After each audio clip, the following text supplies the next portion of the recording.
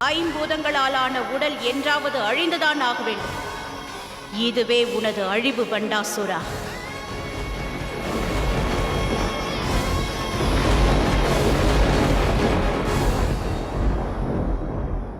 மகாகாளிக்கு போற்றி, மகாகாளிக்கு போற்றி, திரிபுர சுந்தரிக்கு போற்றி, திரிபுர சுந்தரிக்கு போற்றி, திரிபுர சுந்தரிக்கு போற்றி.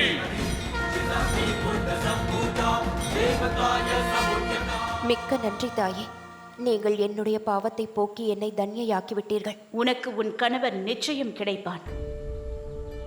அவன் உடல்தான் அழிந்திருக்கிறது, ஆனால் ஜீவன் வாழ்ந்து கொண்டிருக்கிறது. துவாரகா யுகத்தில் கிருஷ்ணபுத்திரன் பிரதிங்கனாக ஜென்மம் எடுப்பான். அப்பொழுது நீ தாயாகும் எண்ணமும் உனக்கு ஈடேறும். இது எனது வாக்கு.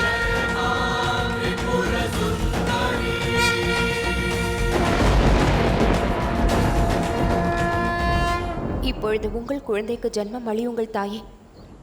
நான் செய்த பாவத்திற்கு ஒரு விமோச்சனத்தை அழியுங்கள் தாயே.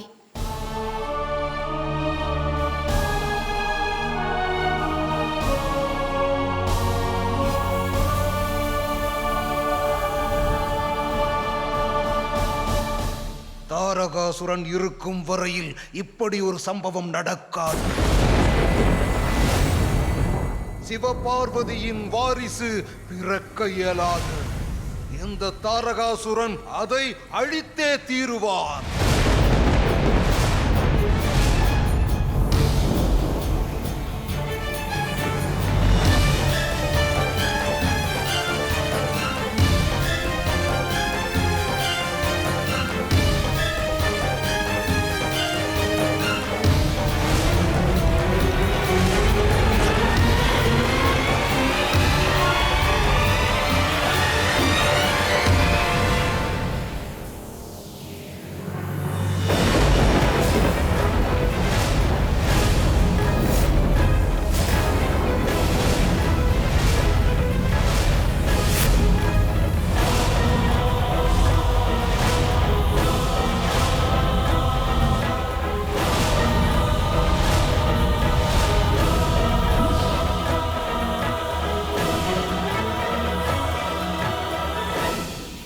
அசுரர்கள் தாக்க நேரிடும்.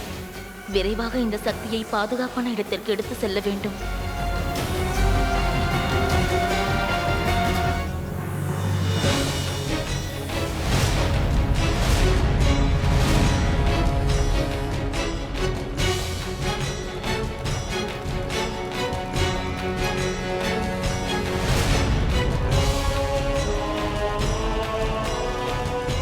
நீ எனது முடிவை உனது கைகளில் எடுத்து செல்ல முடியாது கங்கா.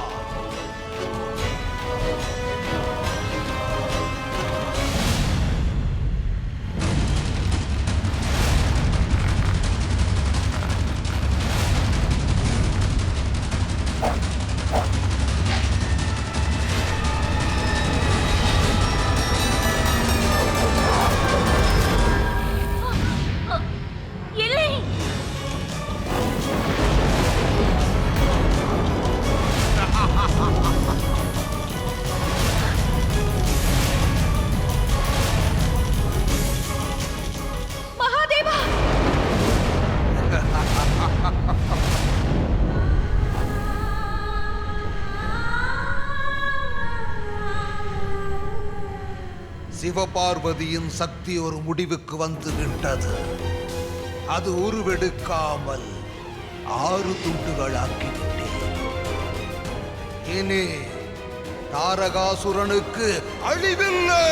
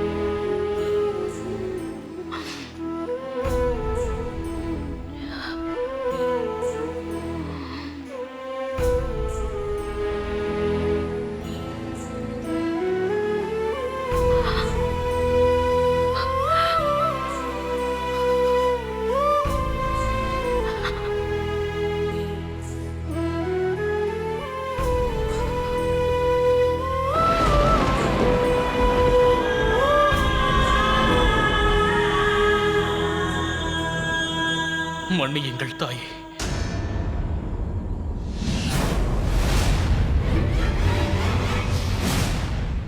தாங்கள் சென்று விடுங்கள் அக்னி தேவா.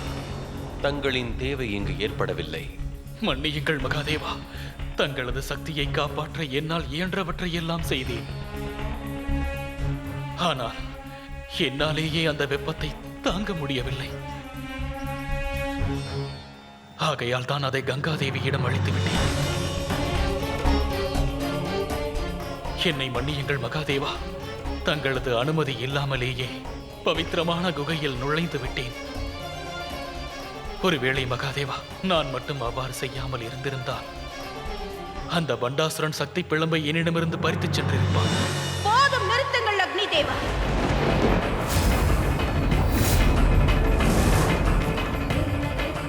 உங்கள் தன்னிலை விளக்கம் மகாதேவரை வேண்டுமானால் சாந்தப்படுத்தலாம், ஒரு தாயை அல்ல.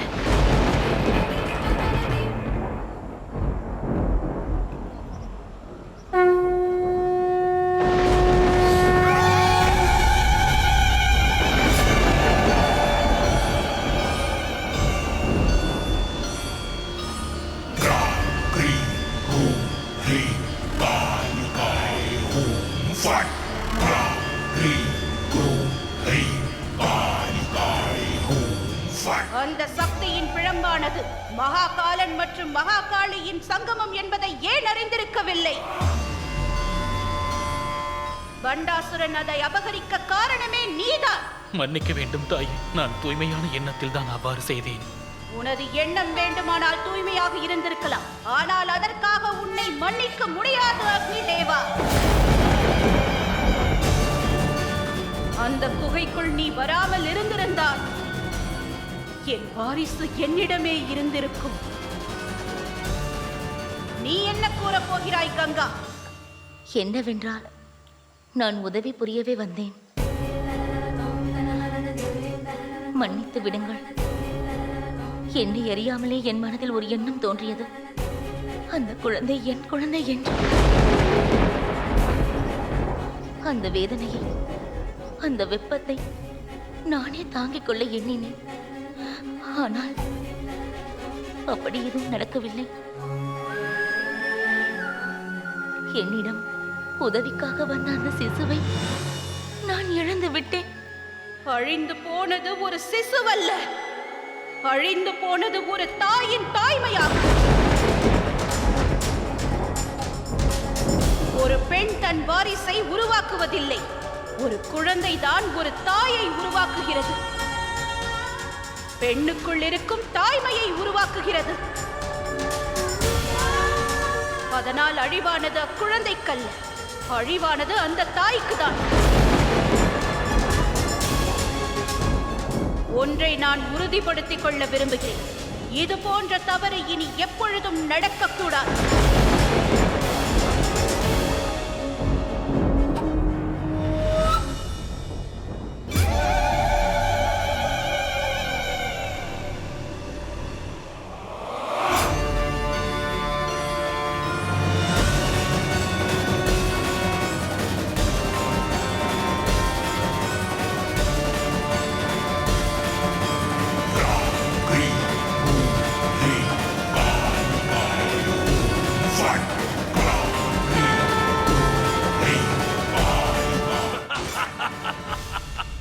வாழ்த்துக்கள் மாவீரன் தாரகாசூரா. இனி அந்த காளியால் நம்மை ஒன்றும் செய்ய இயலாது. ஏனெனில் எங்களை காக்க தாங்கள் உள்ளீர்கள். என்னை அழிக்க உருவான அந்த ஆயுதத்தை நான் அழித்து விட்டேன். இனி எனக்கு அழிவு என்பதே இல்லை. இனி அனைத்து கடவுள்களும் நமக்கு சேவை செய்வார்கள்.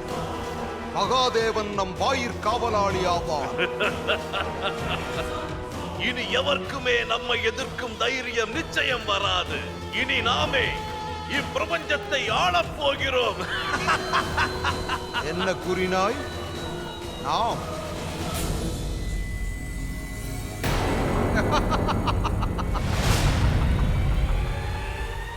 நாம் அல்ல முட்டாளே, நான் ஆள்வேன்.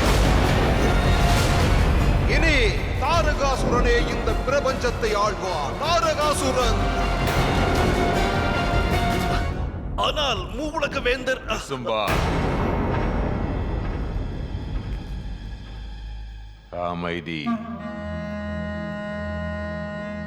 குழந்தை பிறக்கும் முன்னே பெயர் சூட்டுவதும் அதன் எதிர்காலம் குறித்து சிந்திப்பதும் மிகவும் மகிழ்வுக்குரியதாகும்.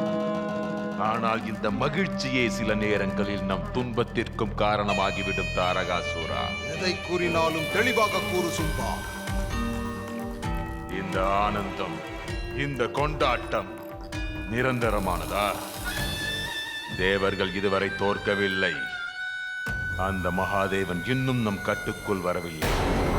அந்த மகாதேவன் மீது எனக்கு முழுமையான நம்பிக்கை இல்லை. ஆனால் அதை விட அதிகப்படியான நம்பிக்கை எனக்கு மகாகாளி மீது உள்ளது. அவளால் எது வேண்டுமானாலும் செய்ய இயலும். என் சக்தியின் வெப்பத்தை உன்னால் தாங்க இயலவில்லை அல்லவா அக்னி தேவா? அப்படியானால் என் சாபத்தை தாங்கிக் கொள்.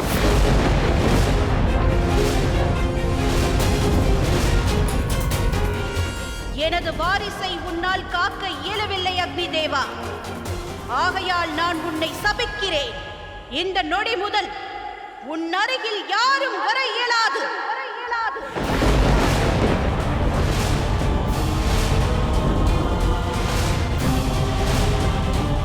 உன் அருகில் வருபவர்கள் யாராக இருந்தாலும் எரிந்து சாம்பலாகி விடுவார்கள்.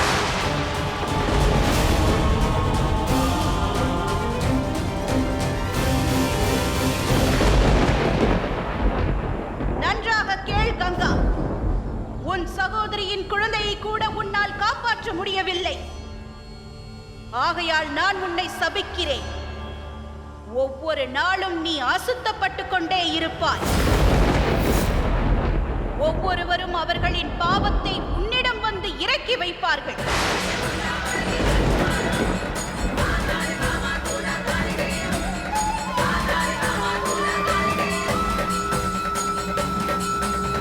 தாங்கள் ஏன் இவ்வளவு கடுமையாக நடந்து கொள்கிறீர்கள்? ஆம், நாங்கள் எங்களுடைய கடமையை சரிவர செய்யவில்லைதான். ஆனால் அதை நிறைவேற்ற எத்தனையோ முயற்சி செய்தோம் அல்லவா? எங்களுடைய எண்ணம் புனிதமானது. பிறகு எதற்காக இந்த சாபம்? இது படைப்பின் சாராம்சம். இதை சாபமாகவோ வரமாகவோ ஏற்பது உன் விருப்பம். உன் பிரச்சனைக்கான பரிகாரத்தை தான் நான் அளித்துள்ளேன்.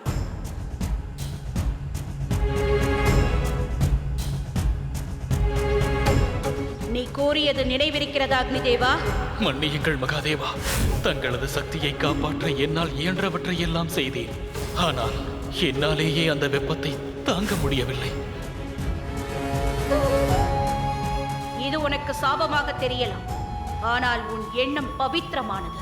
ஆகையால் என் சாபம் உனக்கு வரமாக நிலைத்திருக்கும். எவராலும் உன்னை இனி எரித்துவிட முடியாது. உனது ஜுவாலை அனைவராலும் பவித்திரமானதாக போற்றப்படும். இனி அனைவராலும் நீ சூரிய தேவனாக போற்றப்படுவாய்.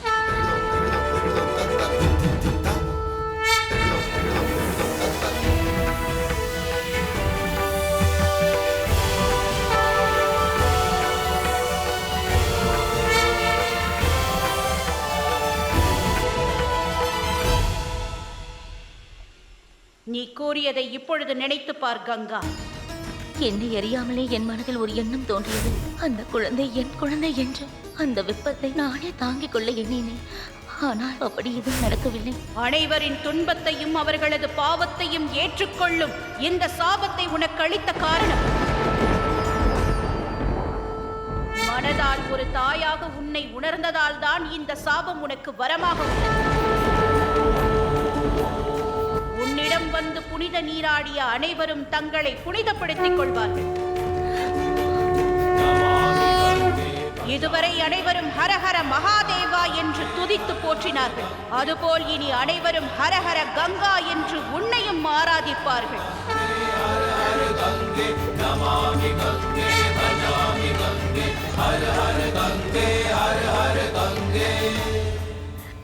என்னை மன்னியுங்கள். தங்களுடைய எண்ணத்தை நான் புரிந்து கொள்ளவில்லை.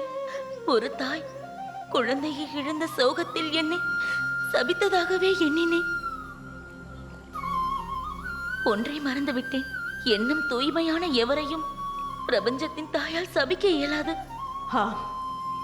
என் வாரிசை இழந்ததால் நான் கவலையில் தான் ஆழ்ந்திருந்தேன்.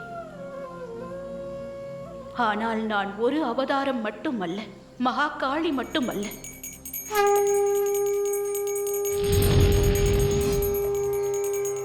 காளி தாயும் நானே. ஒரு தாயால் என்றைக்கும் தன் குழந்தைகளுக்கு தீங்கு நினைக்க இயலாது. தன் வாரிசுக்கு எதிராக எதையும் செய்ய இயலாது.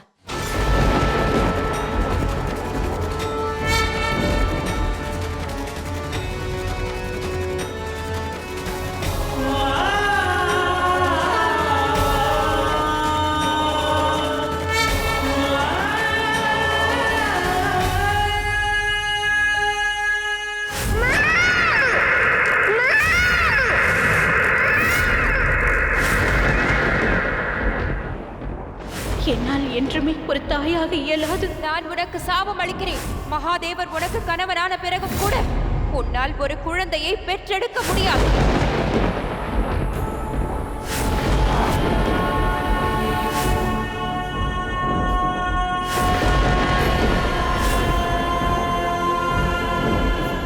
பார்வதி,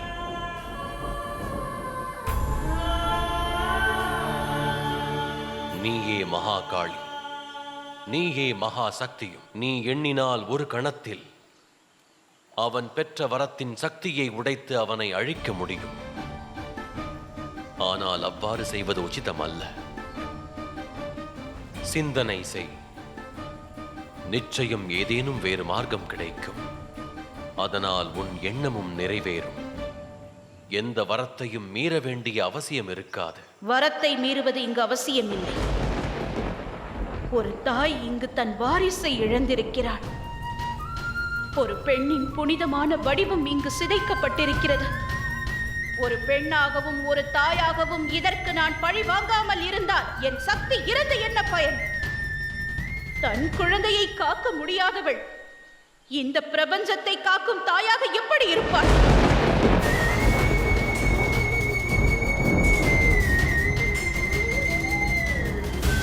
நாம் நமது வாரிசுடன் தானே கைலாயத்திற்கு திரும்பி இருக்க வேண்டும் மகாதேவா. நமது வாரிசு எங்கே? என் வாரிசை நான் இழந்து விட்டேன்.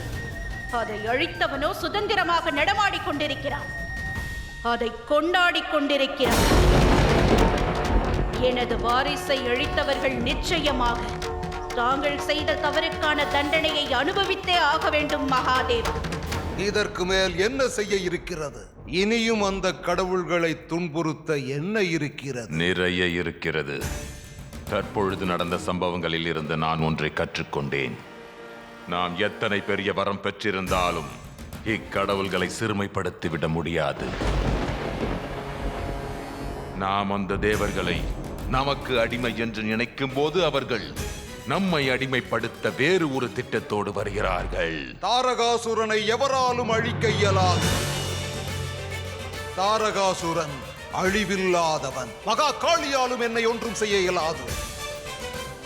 தன் வாரிசை இழந்த சோகத்தில் கதறி கண்ணீர் விட்டுக் கொண்டிருப்பாள் அந்த மகா காளி.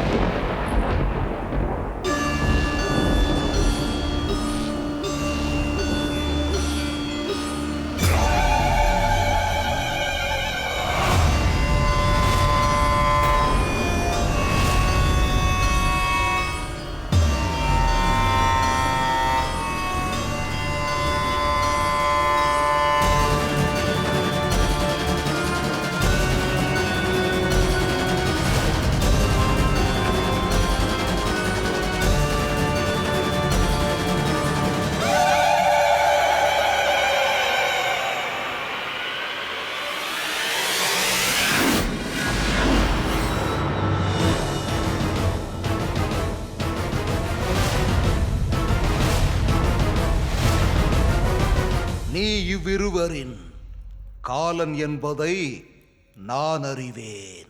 ஆனால் நான் இவர்களின் காவலன். நீ இவர்களை தாக்க என்னை மீறித்தான் சென்றாக வேண்டும் காளி. ஆனால் அதுவோ உன்னால் முடியாத காரியம்.